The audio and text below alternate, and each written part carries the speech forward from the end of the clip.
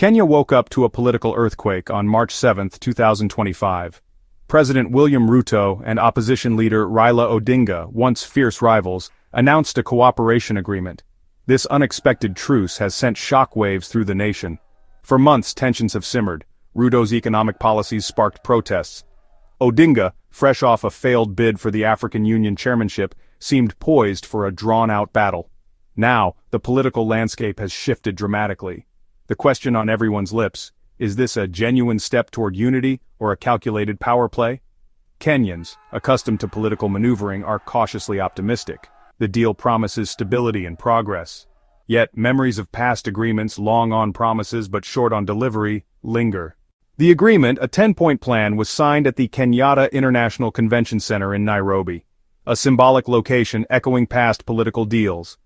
Thousands of supporters from both sides gathered, a sea of yellow and orange, highlighting the fragile unity.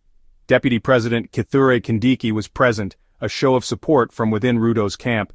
The agreement pledges to implement the National Dialogue Committee recommendations. This committee, formed after the disputed 2017 elections, proposed reforms to address electoral injustices and ethnic divisions.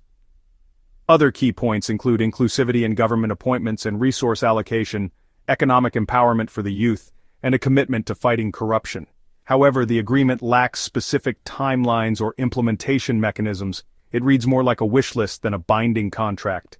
This vagueness raises concerns about accountability and whether real change will materialize. Both Ruto and Odinga struck a conciliatory tone. They emphasized the need for stability, unity, and inclusive governance. Ruto spoke of putting aside political differences for the good of the nation.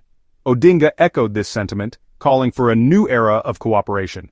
The official narrative focuses on shared goals: economic recovery, job creation, and improved living standards.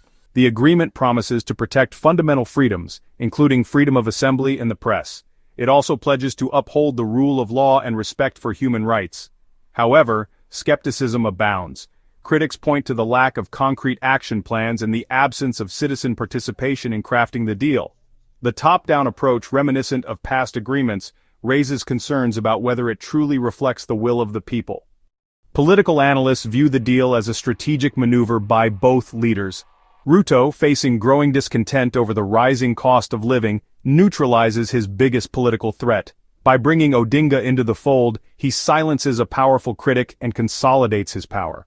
For Odinga, the deal offers a way to remain relevant after a string of electoral defeats. He gains access to government resources and influence without having to win an election.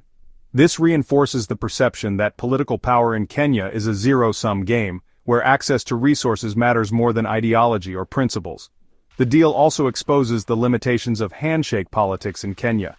While it may provide temporary stability, it often comes at the expense of genuine democratic reforms and accountability. The underlying issues that fuel political divisions remain unaddressed.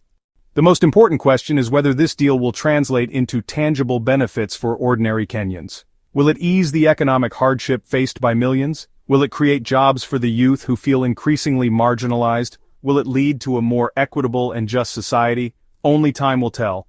The true test of this agreement lies in its implementation. Citizens must hold their leaders accountable and demand transparency. The focus should be on measurable outcomes, not empty promises. The Ruto Raila deal is a pivotal moment in Kenya's history. It presents an opportunity for a fresh start, but also carries the weight of past failures. The future of Kenya depends on whether its leaders choose the path of genuine reform or continue the cycle of elite bargains that have often left ordinary citizens behind.